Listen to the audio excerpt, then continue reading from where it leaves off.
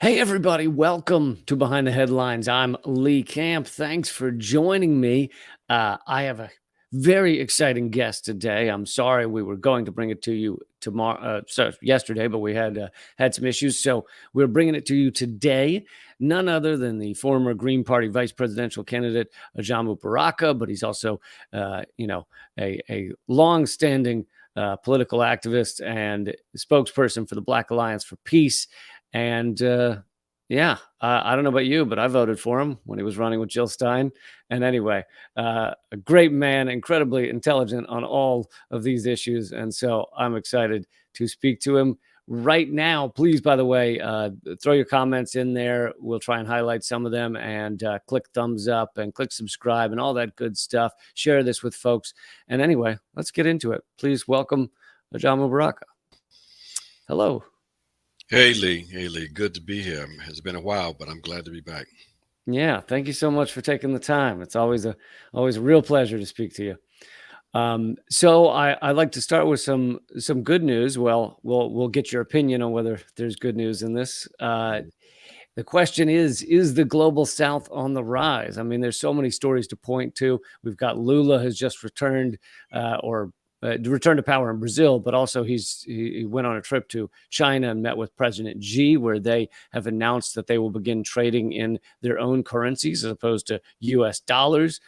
AMLO, president of Mexico, has been speaking up against the U.S. empire more and more, including nationalizing lithium and energy in Mexico. Venezuela, Bolivia, Nicaragua, all holding strong against the U.S. onslaught. And all of that's just a bit of what's going on in Latin America. So, in your view, is the global South on the rise? Well, there's definitely a shift of a shift in power to a certain extent. It would be unbelievable just a few years ago to see that the Chinese are able to broker an agreement between Iran and Saudi Arabia, Mm-hmm. that countries in Latin America would actually openly criticize U.S. policies. Um, but this is the reality we're facing today, and a lot of it is a consequence of the arrogance of U.S. policies. So yeah, these shifts are taking place, um, but I want to be careful not to. I want to be cautious. I mean, the U.S. still has a tremendous amount of power that it exercises daily. Mm-hmm. Um, and many of these nations in the global south, outside of the larger ones like Brazil, like India, um, are not in a position to be too defiant, if you will, because their economies are still in the grip of U.S. and Western economies. Um, and they don't have the same kind of space and latitude that a Brazil might have, or even to a certain extent South Africa or Nigeria. And we also have seen that even with those states that have a certain degree of health, of relative power, if you will, like Ethiopia, can still find themselves in the crosshairs of U.S. imperial policies. And this is Ethiopia was an example, a really interesting one to us because basically it has a neoliberal model, but because the U.S. is operating from a policy that says that any regional power that can in any way threaten U.S. interests has to be cut down to size. And because of the potential power of Ethiopia, that's when U.S. policy helped to manufacture basically a civil war. So, we're seeing gradual shifts. We're seeing more political space than economic space. And that's a good thing. Yeah, I think you're right to be cautious, though, as well. Um, how much weight do you think something like this deal between China and Brazil to trade in their own currency, which seems to be at least a partial strike against the petrodollar, which is one of the centers of U.S. power? How much importance should we give it? Well, that's a very interesting development. I think it's relative. I think it's important. I mean, it's a bold move. And again, we have to be reminded that the U.S. has overthrown governments that just thought about attempting to use uh, uh, their own currencies or new regional currencies. For example, Libya, when the Iraqis under Saddam Hussein, talked about trying to get out from up under the dominance of the U.S. dollar. That almost ensured in the past that you would be subjected to the full weight of U.S. imperial power. So the very fact that Lula would engage in this kind of conversation, it's a very interesting one. Not only in terms of its implications, if it in fact happens, but internally to Brazil too, because you have a Brazilian ruling class that is probably more partial to the U.S. than the Chinese, and subject to still subject to U.S. influence. So, and we got to remember, it was elements of that ruling class that, in collaboration with the Obama administration, is responsible for the legal coup in that country and for Lula going to prison. So very significant, I think. It points to that trend we talked about a few minutes ago, the relative shift of power that's taking place. Um, but again, it's not something that every nation can duplicate, but it does suggest that the era of dollar dominance is coming to an end, perhaps sooner than later. Yeah, I'm glad you mentioned what a bold move it is because, like you said, Lula was president of Brazil. He was then taken down by a lawfare coup that got him imprisoned, and the U.S. was, their fingerprints were all over that. At the very least, in an advising role. Um, and now that gets undone. The corruption's revealed. He then comes back to power and immediately goes at the heart of U.S. power. So pretty bold. Really, it really is. And then, but we're watching Brazil very closely because while we have this disagreement the other day, we are still watching to see if Lula will make any compromises with the local ruling elements in order to try to preempt a all-out assault on his ability to govern in Brazil. And we're seeing some things that are a little troubling, or at least questionable. Like Hmm. we've seen some comments that they have made, or Brazil has made, in regards to Nicaragua. And we know that there have been some conversations between the U.S. and Brazil regarding the possibility of Brazil playing a role similar to what it played before in Haiti. As your listeners may already know, the U.S. And Canada primarily have been uh, laying the foundation for an armed intervention into Haiti. The only element that's missing right now is that the optics of the Canadians who are willing to be the main interventionist force is not something they want to have right now. That wouldn't be wise politically. So they've been fishing around for a nation, a non-European nation, that would have the credibility and even some of the capacities needed to be the main force for a intervention into Haiti. So, but luckily at this point, the Lula government has not been responsive in a positive way, as far as we know. So we're watching because these are some incredibly contradictory times, and um, we know that there's that states are looking out for their own particular interests, and if it means that they'll make certain compromises in order to maintain some political space to advance their project, they would tend to do that. But when they do that, sometimes the interests of peoples like the people in Haiti can sometimes be compromised.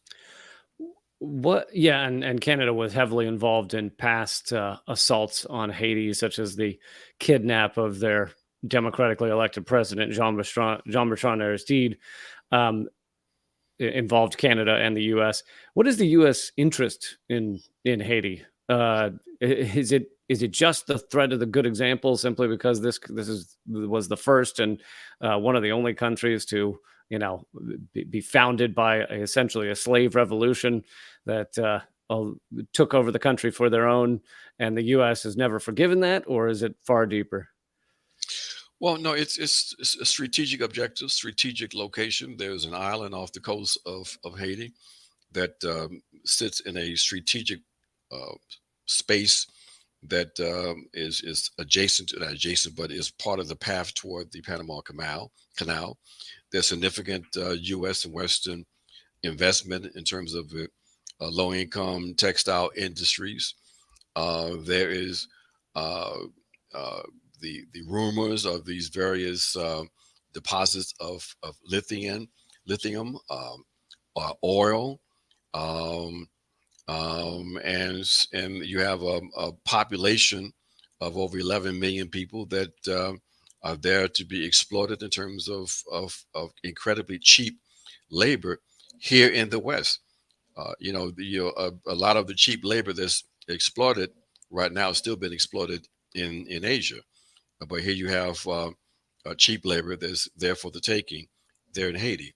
And you have a number of people who own land and are engaged in various kinds of agricultural production. So it's an economic, it's sort of it's there. And because it has significant geographical area, is something that's still attractive to U.S. and European capital. Let's move to Mexico for a moment. Mexico also fighting back in some serious ways. They just celebrated 1 year of having nationalized the oil industry. AMLO, the president of Mexico, they had a free and independent country celebration. Also on the path to nationalize lithium, which most people know has gone from not that important to incredibly important, because it is the core of the batteries that are used in all electric cars and many other places as well. And so not only nationalizing lithium, but AMLO has said that he wants to create an OPEC of lithium, basically a group of countries that would control lithium reserves and price. And all of that is very threatening to the U.S. So now the U.S. has been, so far, just verbally, I think, attacking Mexico and saying we may need to, go in there to stop, I don't know what they're saying, drug cartels or whatever excuse our rulers are coming up with. But yeah, if you could speak to that. Incredible. I mean, it's Lindsey Graham and others in the U.S. Congress openly talking about the possible need of the U.S. to go into Mexico with military force. Uh, the excuse being, the drug issue. But just the very fact that they would frame the politics of this in that way is another indication of the inability of these of policymakers, political representatives in the U.S. to recognize that things have changed. That as AMLO says, Mexico is a free and independent nation. It has dignity, and they're not going to allow themselves to be treated in such an undignified way. So they spark opposition with those kinds of comments. But it is reflective of the counterproductive policy decisions being made by the U.S. that's helping to precipitate their decline. They seem not to be able to meet the Chinese and even the Russians in terms of knowing how to relate to these emerging nations, these emerging economies, in a way in which these states would be more willing to work with the U.S. in a relationship of mutual respect and mutual interest. And so they are, in essence, sort of pushing these states away from them with a heavy-handed and quite frankly, racist or white supremacist kinds of policies and commentary. It's really amazing to me. I'm glad you bring that up. Can you actually uh, speak a little more about how these policies are white supremacist? Because I think there's a lot of people that may understand a fair amount about U.S. foreign policy, but when you say the U.S. has white supremacist foreign policy, it stops them in their tracks and they don't understand. And for example, I have often mentioned that Obama, although he was loved by liberals, he was white supremacist foreign policy, the same as presidents before and after him. It didn't matter that he was black; it was a white supremacist foreign policy. And I bet that got you a lot of friends, huh? Yeah, really collects the friends. I mean, but what you were saying were absolutely correct. When we say white supremacists, meaning that basically the Obama policies were policies that upheld and continued what we refer to as white power. White power meaning the material basis for the power of the European settler class in the U.S. And the European uh, capitalist class. Um, Both were able to accumulate their power, their riches, as a consequence of the colonial system, colonial capitalism, or some people might refer to it as imperialism. And so, policies that uphold that power, that sustain and perpetuate that power, we refer to as white power. And when you then attach also some of the cultural notions of what it means to be a European, then you have the basis of white supremacy. White supremacy is both those material relationships of exploitation and oppression, the continued extraction of value from the global South, and the ideal, the ideological superstructure that still suggests that this relationship, this parasitic relationship, is in fact a natural relationship. Why? Because the superior people of the West uh, placed themselves in a position to be able to extract this surplus value because of their superior culture and ideals and knowledge and everything else, and that their civilization is in fact the represents the apex of human development. And so this Eurocentric perspective, this value foundation, along with the material ability to perpetuate this parasitic relationship, is the basis of white power.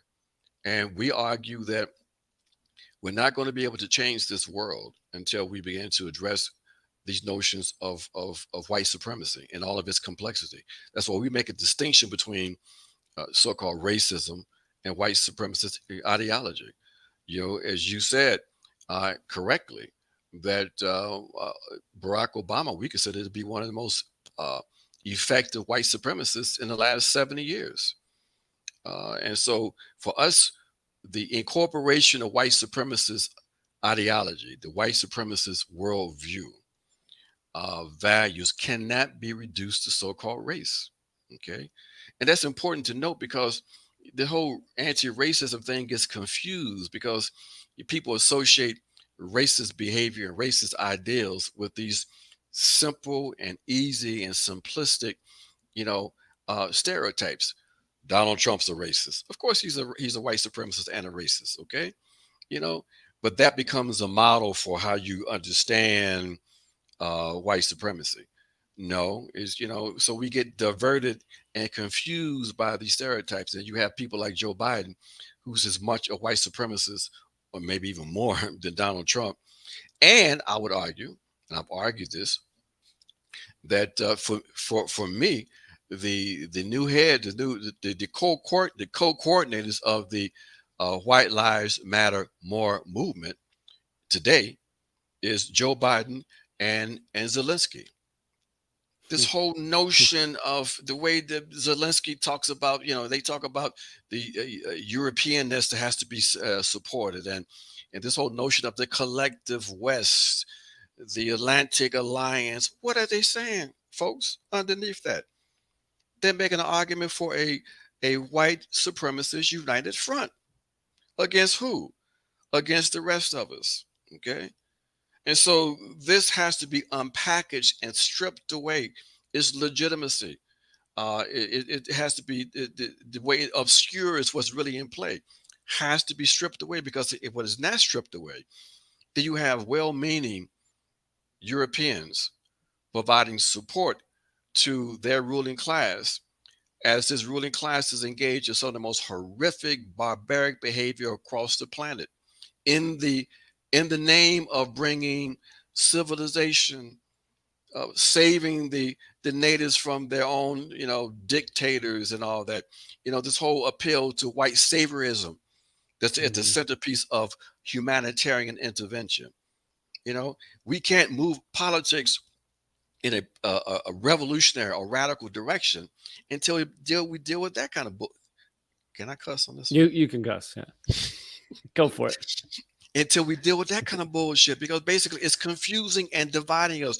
They say, well, those of you all who talk about, Africanness and black people and this and that, you all being divisive because it's all about the proletariat revolution. We like, if we can't reach the white proletariats and help them to deal with their own internalized racism, that basically we're never going to go in their place. You've got to strip away white supremacy, for us to be able to build a movement that in fact has the possibility of winning here in this country. And we talk about in this country because we talk about the center of empire, so all of the progressive changes taking place globally, you know and it's shifting power somewhat. Ultimately, if we aren't able to bring about real pressure at the center of empire, then all of these experiments are threatened. Okay. So, and we can't get to that while we have all this confusion around issues of race. So, yeah, you got to deal with it. It's an uncomfortable conversation. It's confusing for many people. But if we can't get to it and deal with it, we're not going anywhere, Lee. Well said. Well said. Before I move beyond Latin America, I want to ask about how some of these other countries we haven't mentioned are doing in your view. Venezuela continues to fight against the U.S. push, although I guess now there is some. The U.S. has come to Venezuela to try and get oil deals all of a sudden after pretending Maduro is not the president. Now suddenly he is the president, apparently.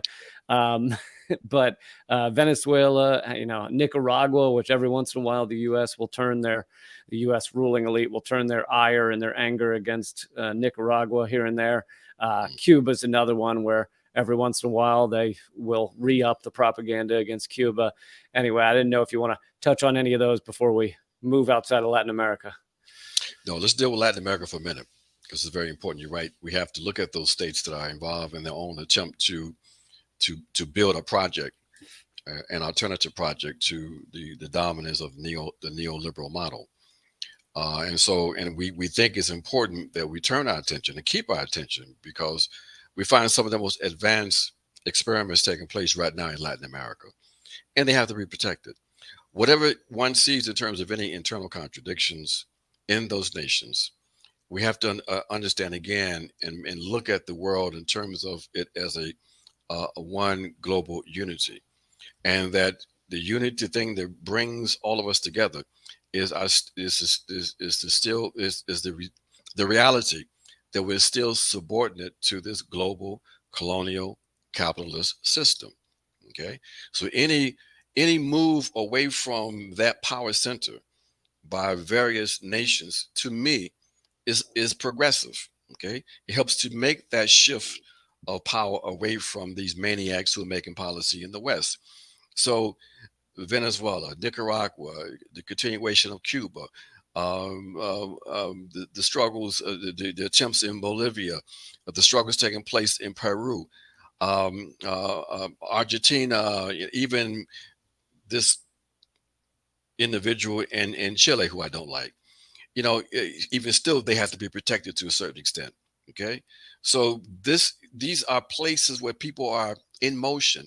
In Colombia, where I sit, okay, people are in motion.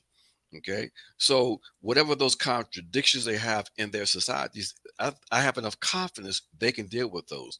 Our responsibility, being in the West at the center of empire, is to understand this: there's no such thing as a benevolent empire, and especially these criminals that run and making policies in the U.S.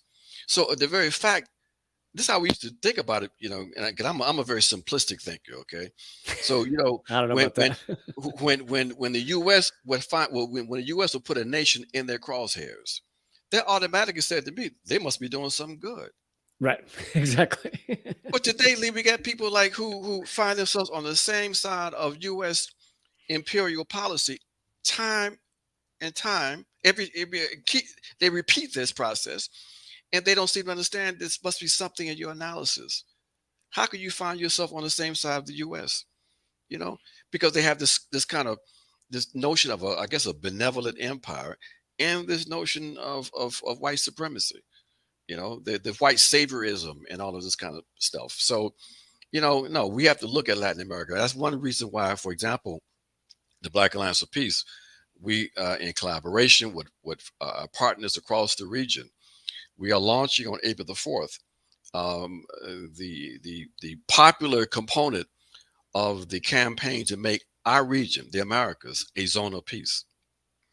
This is the call to make the Americas a zone of peace occurred in Havana in 2014 through CELAC, the Community of Latin America and Caribbean States. But that was a state process, okay? Hmm. And so the call was made, but it hasn't been real progress toward that. What we're trying to do now, what we're not trying to, we're going to do it, beginning on April the 4th, is to build that popular component of that, to build with our friends and allies across the region, for them to engage in activity within their nation context, in their nation states, uh, to build opposition to U.S. And NATO imperialist policies in this region, the arms race that we see, the subversion and violent interventions taking place across our continent, the strengthening of the U.S. Southern Command, which is the command that the U.S. is, in their arrogance, they have divided the entire planet into these command structures.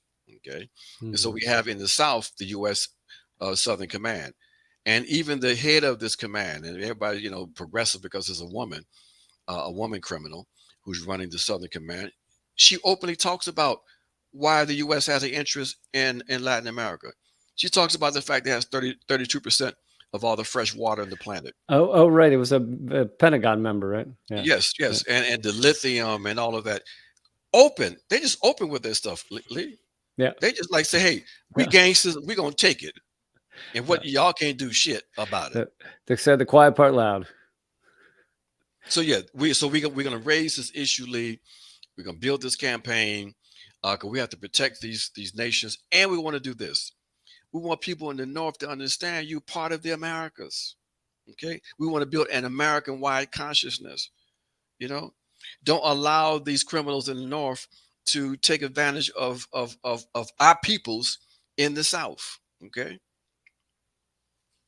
Yeah, yeah, and you you had a great point about whenever you hear the U.S. saying there's some problems in a country or they're violating human rights, you got to think, well, that must mean they're doing something good for the U.S. to be saying those things, because Look at this. Look at the discourse of a few weeks ago. The U.S. is talking about the International Criminal Court yeah, and talking about charging people with war crimes. The U.S. yeah. Come on. The U.S. Actually one of the only countries that didn't sign on to the ICC and also passed what is lovingly called the Hague Invasion Act, saying we will invade the Hague if they try and arrest any Americans for war crimes. Right. The rules-based international order. Yeah, absolutely. So let's see. Let's talk for a minute about France. What do you see? What do you see with what's going on in France right now? Massive protests, massive strikes.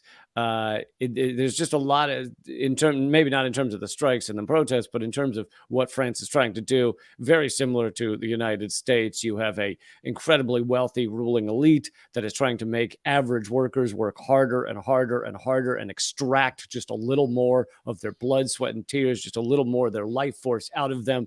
But in France, people seem to be fighting back. Well, and that's true. And this is a continuation. We got remember now that the yellow vest movement.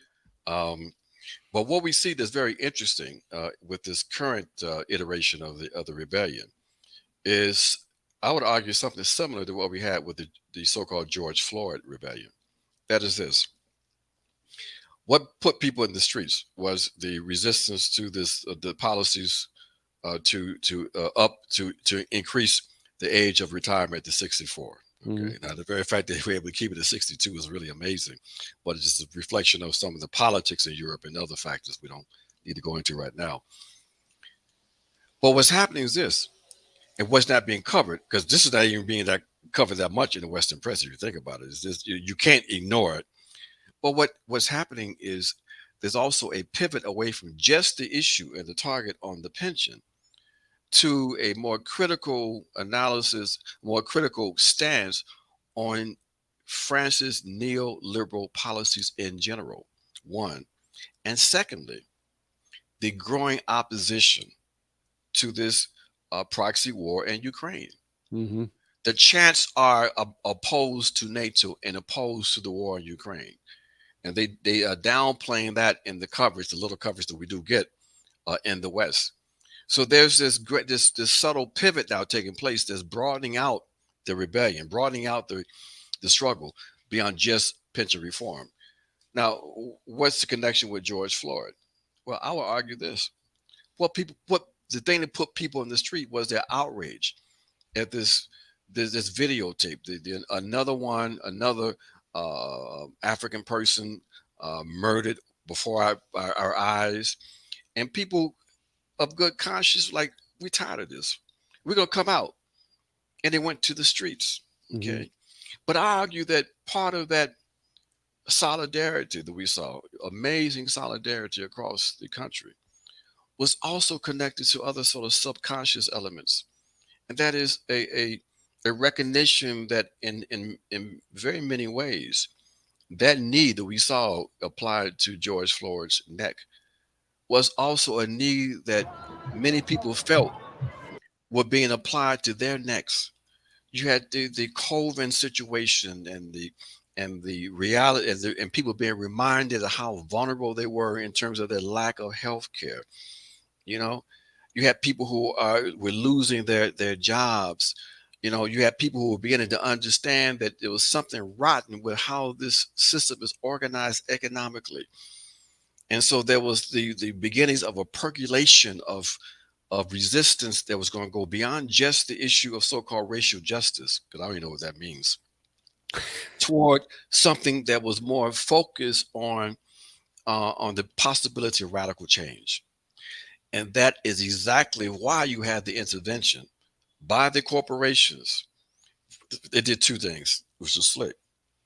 They took this controlled opposition that everybody was excited about for a while, this Black Lives Matter movement, and they pretended like they put them at the head of it, like they really had something to do with this, like they were some kind of organized activity by these.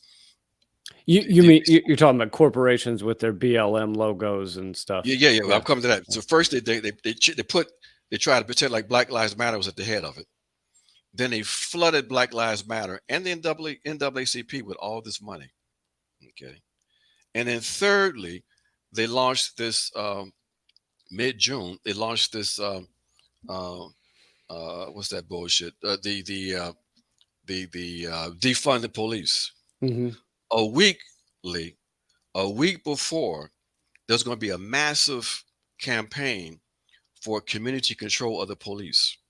Mm. In response to this George Floyd thing, right? So they move to undermine the radical pivot that was really beginning just to happen. To kind of dilute it and then co-opt it. Exactly. That's exactly what they did. Yeah, that's a great example. There was a mass movement for extreme change. I mean, at least by American standards on policing.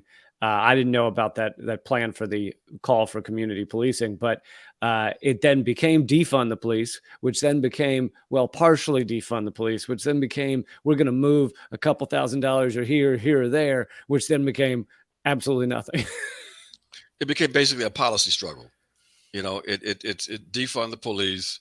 You know, policy stuff you do on a local level. Yeah, move some money around. But the democratic demand of taking control of your own communities, of taking control of your own public safety, that wasn't part of that conversation. And it was easy then for the enemy to use that slogan against the those forces that really wanted to make some kind of change. When I say Black Lives Matter, I'm not condemning all the activists who were involved in that, Right, right. who were sincere in their opposition, in their work. A lot of people were, but the it was a very limited kind of movement because it had no real politics. When I say I don't know what that means, what does racial justice mean? You know, what is the extent of the demand something called criminal justice reform? How do you reform a settler colonial project that's organized against you, that's organized to undermine your ability to live a dignified life? The police, the prison system, they're all functioning well. They're functioning how they've been functioning from the very beginning. Okay. So if you want to talk about criminal justice reform or racial justice or whatever, if you're not talking about eliminating this project, then basically you're bullshitting the people. Okay. But that's all right. That's what the opposition wants us to be involved in. So yeah, this is the politics we're talking about. So they put millions of dollars into that stuff. They had us fight about funding on the local level. But think about this, Lee. Mm. How would the opposition have dealt with the slogan of or the demand for the people to control their own policing? Look at Yeah, how difficult that would have been to tell people, "Oh, you can't control your own police," you know. yeah. But to say, "Oh, defund because you're undermining the police," you can always find people who would be in support of funding because of issues around crime in their communities, real issues around crime in their communities. It was easy to break up that movement and co-op it, and basically it just go to the side. Yeah, yeah. The concept of Black Lives Matter. I mean, first of all, it's too vague to begin with to create real change. But on top of that, once it became a corporate slogan, and you had every Bank of America with BLM flags in their windows. Uh, it's just you can tell it's meaningless. Exactly, exactly. And remember this: the Black Lives Matter slogan wasn't a slogan that was geared beyond the Black community. The Black Lives Matter was an internal sort of statement saying basically we have to make sure that Black lives matter. It wasn't going to the enemy saying, Massa, respect us. Our lives matter also. We don't do that. Not in the tradition that I'm a part of. You know, Mhm. you don't appeal to the enemy. You fight the enemy. Okay, that's what we do. So it got co-opted in that way too, as a reformist slogan. Let's change some institutions, let's expand some voting rights and all this, you know, and things will be all right. No, things won't be all right. If you're not about building a radical movement in this country, then basically all you're doing is propping up the status quo. You're propping up basically the enemies of collective humanity. Let's talk for a moment about Africa. Vice President Harris, is she still there right now, or maybe she's come back? But I think she might. I think she's still there. Uh, Harris is in Africa right now to reframe U.S. views and foster partnership. Uh, is it possible to foster partnership when you are fully exploiting an entire continent?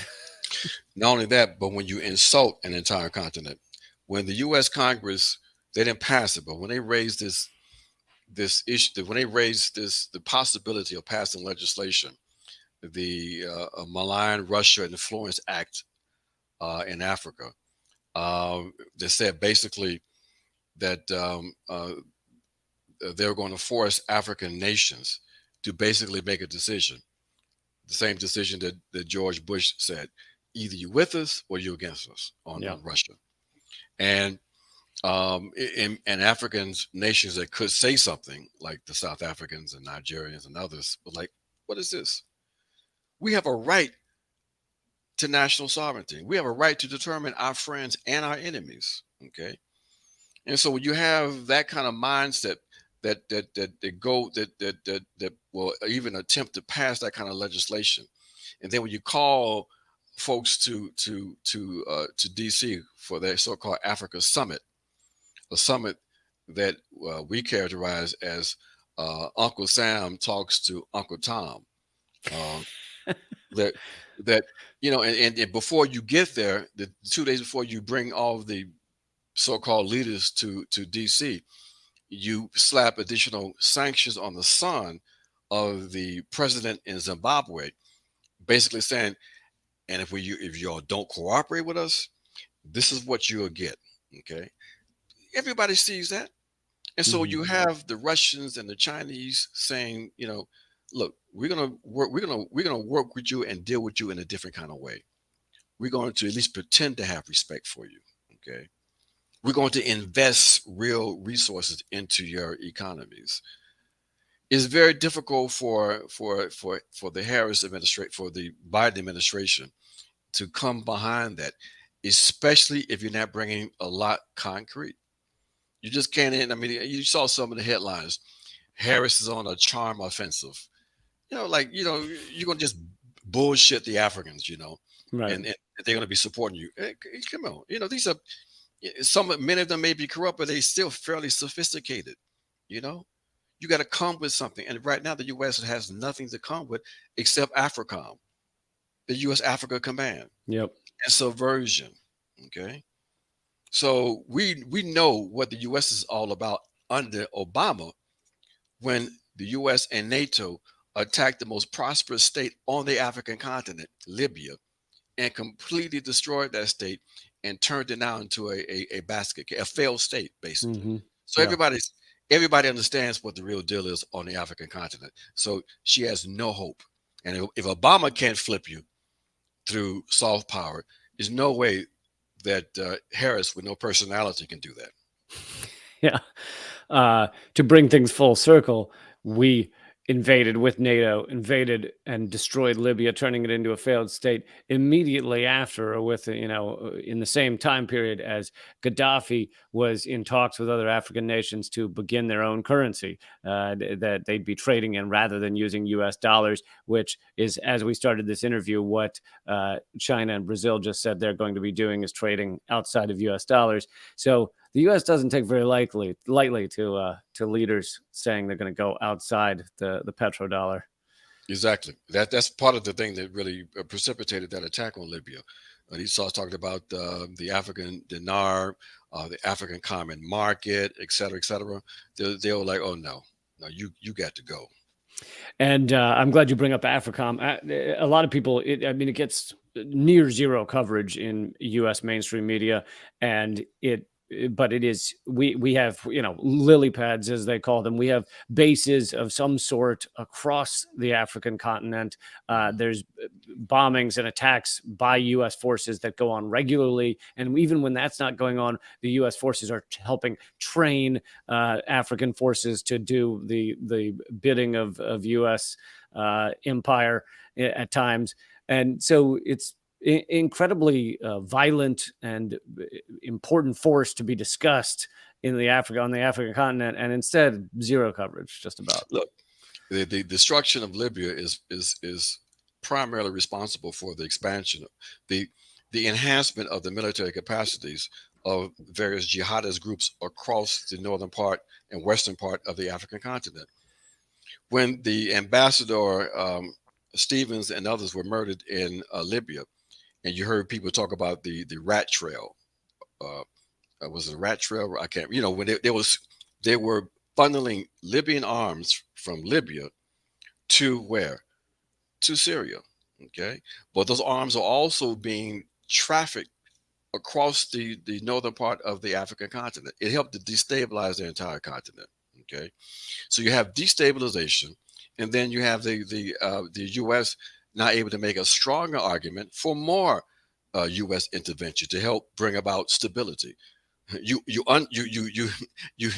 bring instability, and then you're gonna come in to stabilize it. Okay, you have the U.S. working with the Rwandans and the Ugandans as basically local mercenary forces for U.S. interests in places like the eastern part of the Democratic Republic of the Congo. I wonder how many of your listeners know that in the DRC, this war has been taking place for almost 2 decades now. We've had over 6 million people who have lost their lives. This is basically a resource war, or not even a war, but military actions to keep access to these valuable minerals that you find in the Democratic Republic of the Congo. Well, who cares about 6 million Africans? Okay. So these are forces in line with the U.S. So across the African continent, people know the deal. And for the first time since the Soviet Union collapse, uh, African states have some degree now of space, some leverage to get a better deal from the U.S. as they continue to work with the U.S. and Western capital. Let's move for a moment to Palestine. I kind of want you to hear your thoughts on what's been going on there recently, but and I've posed this question to a few people, whether the conversation around Palestine and Israel has changed or progressed, at least to some degree, in Western media and in just really the national dialogue across the United States. I feel like the term apartheid is being talked about a lot more now. I feel like people it has become very common, at least for the younger generation here in America, to say Palestinians deserve a right to live and thrive as much as anybody else. And to me, we're seeing a shift, even though it's far too slow for my liking. But it seems like we're seeing a shift. We are seeing somewhat of a shift. Yeah, I agree with you on that. In particular, among many young people, and you're right. The characterization of Israel as an apartheid colonial state has almost become normalized. But it's still, Lee, it's still so incredibly troubling Yeah. to see the images we see coming out of that place, and to see the sort of non-response, not only from the authorities, but even from decent people in the U.S. who should be outraged. Now, we often say that some of these images of these police forces or military forces brutalizing young children, if those were Russians or whatever, it'd be a rebellion. It'd be ready to attack or whatever. But because they're Palestinians, not only is there no response, but it's always been incredible to me how the defenders of Israel can defend Israel with such uh, aggressive moral attitude. Of course, we support Israel. You Mm-hmm. know, it's like the lives of Palestinians, they don't matter at all. The aspirations of Palestinians to live freely is of no consequence. They play around with this two-state bullshit that everybody knows is no longer a possibility because you have transformed the facts on the ground. There Mm-hmm. could be no contiguous Palestinian state unless you prepare to uproot several hundred thousand settlers from the West Bank, which they're not prepared to do. Or, better still, you bring them under the authority of the new Palestinian state, which they won't do. Okay, Mm-hmm. because you have right wing racists now fully in charge. They've always been in charge, but even more openly in charge in Israel. That's why we say Israel is a settler colonial project. And that's why you have this connection and this affinity between Israel and the U.S. Israel settler colonial project, U.S. settler colonial project. Israel, white supremacists, U.S. white supremacists. The connections are there. And then you bring in Zelensky, talking about Europeanness, and then you got the tripartite white united front. Yeah. Yeah. Um, yeah, I mean, it is disgusting to see, but in terms of how we're seeing little, I don't know, little cracks in the dam. Even the Washington Post covered just the other day. I don't know how it slipped past their editors, but covered the other day how the IDF, Israeli soldiers, had been driving by and fired into indiscriminately into unarmed civilians, murdering at least a couple. But to see even the Washington Post say Israeli soldiers are just firing indiscriminately into innocent civilians, to me, you would not have seen that article 5 or 10 years ago. I think you're right, and that's part of what you're referring to as the shift that's taking place. It is because it's gotten so egregious. Mm-hmm. They always wanted to ignore it, but now it's almost impossible to ignore it. I've been to Palestine, Mm-hmm. and I'll never go back.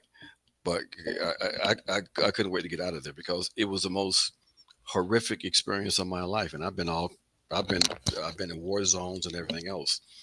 But the daily degradation of the Palestinians is outrageous. I say this, while we get more of these images of brutality, and you see the shifting taking place as a consequence. Because I said when I went in 2014, if there was a documentary that got mass showing in the U.S. of the reality of life in Palestine, I have enough confidence in the decency of the people of the U.S. that they would be outraged. Mm. It was outrageous because I live on the West Bank, and had to go through the checkpoints and all of that, and see how we were lined up at one of the main checkpoints, and you have these lights, red, green, yellow, and one day we were going through the checkpoints, and there was a red light because they have these lines, and then the green light came on like 4 lines down, so everybody runs to the green light over there. We get in line again, then it goes red, and then the green light over here. The kids are playing with us. Wow. Because the Yeah. idea of people who were banning the checkpoint, when you went through there, these are like babies, Mm-hmm. 18, 19-year-old kids playing with the lives of these people trying to get to work. I mean, it's incredible. Yeah, the amount of assault and degradation, and things like the fact that they have to drink polluted water, that doesn't even get discussion, because when you're facing snipers and things like that, then you don't talk about unclean water. But it just the And even living is access to water, and then you see the little settler enclave right outside of your village, and you see them in their pools and stuff. right, It's right.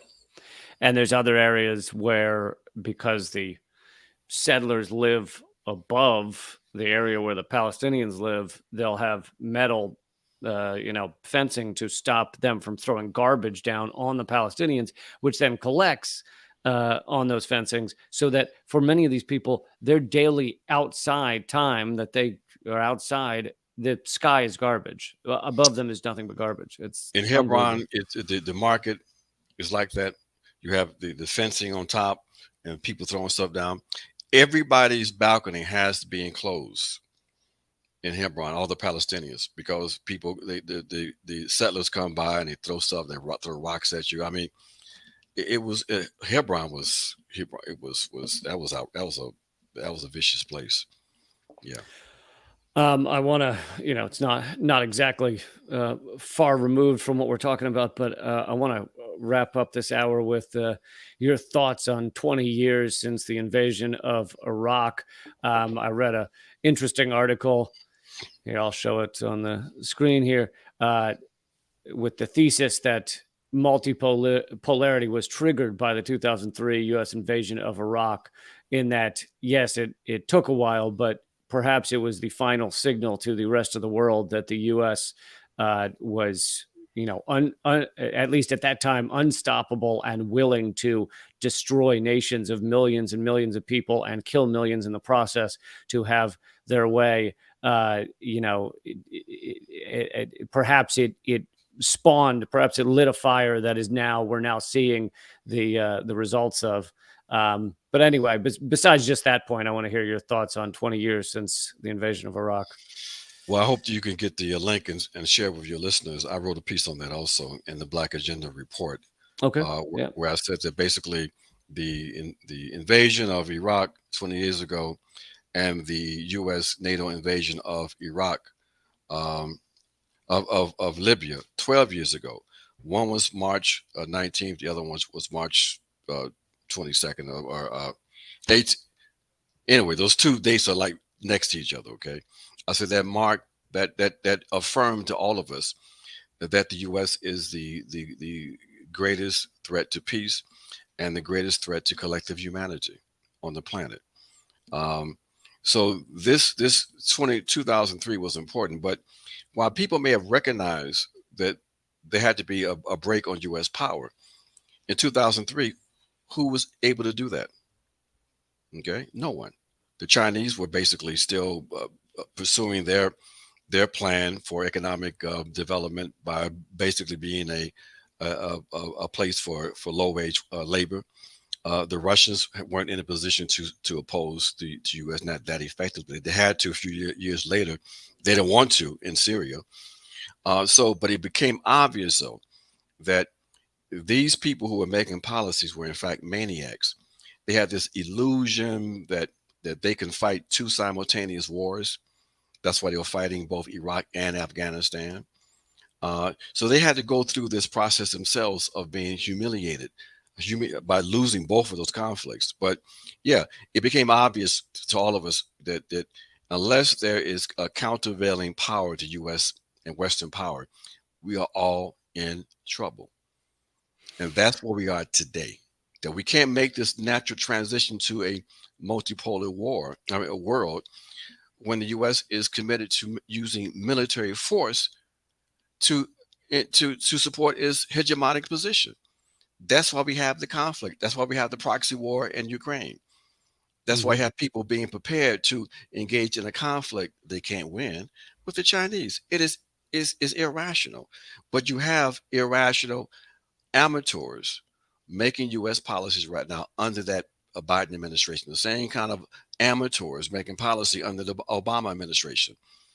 And but what's the alternative? Trump and the right wing? I mean, U.S. is in trouble, and we all in trouble as a consequence.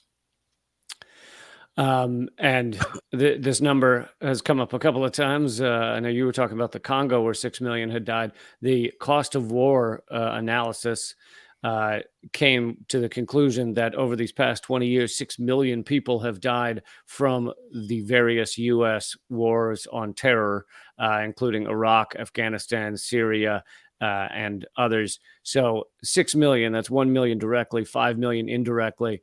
That's the cost of war. And the U.S. continues down this path as if it's not irrational when, like you said, it is a lunacy. Exactly. I can't thank you enough for spending this hour with me. Is the best place for people to find your work the Black Agenda Report? Yes, for my written stuff, but please check out the Black Alliance for Peace and support this formation. I know everybody should run behind and put out, uphold Black Lives Matter, but this is the real deal here, folks. So please help to get the word out. We're doing good work, but we can't do it by ourselves. We need your support also. That's Black Alliance for Peace. BlackAllianceForPeace.com is the website. Thank you again so much, and thank you for all of your work. Well, thank you for inviting me. I hope that I can come back pretty soon. Absolutely.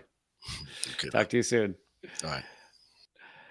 All right. That was Ajamu Baraka, and such an excellent conversation. Thank you guys so much for joining us. I do 2 of these interviews a week, and I hope you will join me again this week. Tomorrow, I'm going to be talking about Alex Saab, the Venezuelan diplomat who is being tortured in U.S. prison right now. That will be the discussion tomorrow. I believe it's also at noon Eastern. But yeah, we are completely funded by you. This is an independent effort with Mint Press. And if you would like to support this, help this continue, go to patreon.com/behind the headlines.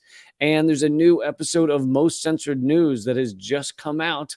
I hope you will. In fact, if you wait 1 second, I'll give you the link so you can go watch it right now. Yeah, it just came out about how the rich are prepping for the end times and why they're prepping for the end times.